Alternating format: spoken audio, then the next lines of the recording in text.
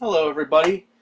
So this video intro is going to be a little bit different, as in there is not going to be the famous theme song intro, just because this is going to be a very short video.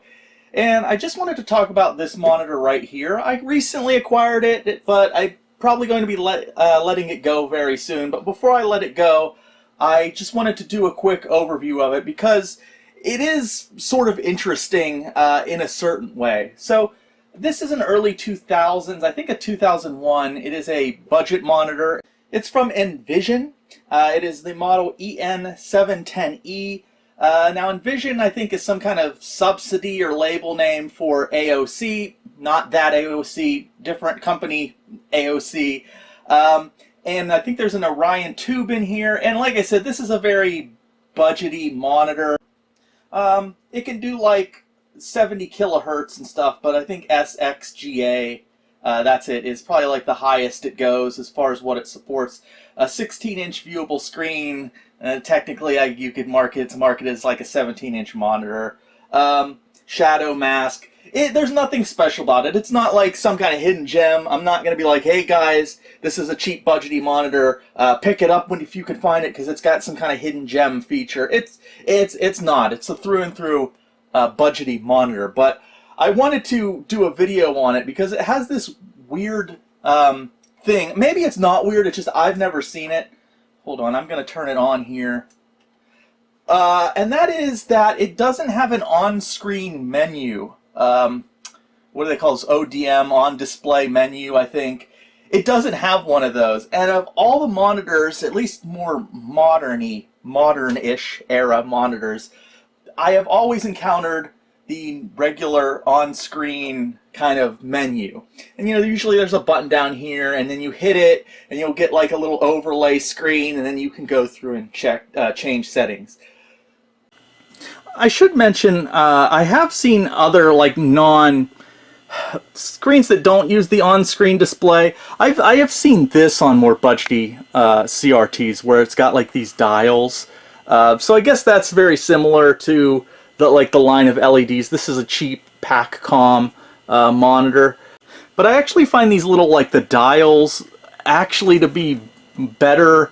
More user-friendly than the line of LEDs. I find the line of LEDs, it's interesting and cool and neat, but I find these the little dials, to actually be easier and more user-friendly than going through the LEDs and then, changing it that way. So it's cool looking, but it almost seems to be the worst of both worlds. This one though, and what I can guess is like a budgety feature. I don't think they did it to be different or cool.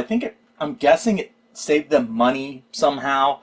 But when you change any of the settings on this monitor, you do it through this kind of cool little LED thing down here. So there's this line of LEDs, and you go through them, and there's little symbols under them. So this one is brightness, because it has the brightness symbol with the sun. So you would click through until this lights up, and then you could up it plus and minus and adjust the brightness. It's pretty simple. I have to say, as kind of quirky as it is, and it's kind of cool seeing this line of LED lights, the on-screen menu is much easier to use and navigate, in my opinion. So I don't prefer this method, but as I said, this is the only monitor, at least in my collection, that's a more modern CRT, later CRT, that actually uses this sort of method to change settings. So let's just let me see here. So I think you hit function, and I don't know if you can see it, it's quite dim,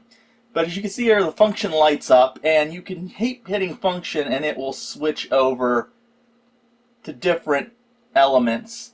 And I guess if you don't have the manual, you kind of have to guess what these do, although the picture's pretty good. You can pretty much tell what it does by the picture. But so we're on brightness.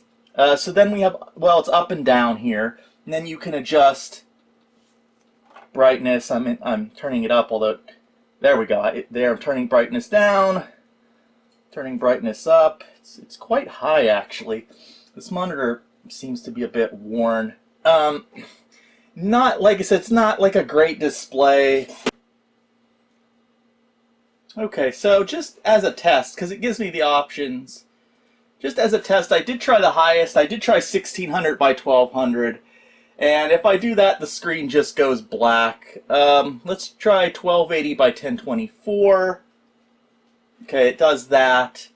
So it does 1280 by 1024. I think that might be the highest resolution it supports. Let's try 1400 by 900. Oh, actually, it supports that too. Okay. But now my mouse is locked up. Okay, there we go. Strange. Okay, so it does support that. But I don't think that's like a standard resolution people use. So 1400 by 900, but if you try 1600 by 1200, it won't support that. So it doesn't support really high resolutions. And that's about all I wanted to say about this monitor. Like I said, I'm not really impressed. It's obviously quite usable, although I'm not really impressed with the image. Although, should I be with a budget monitor?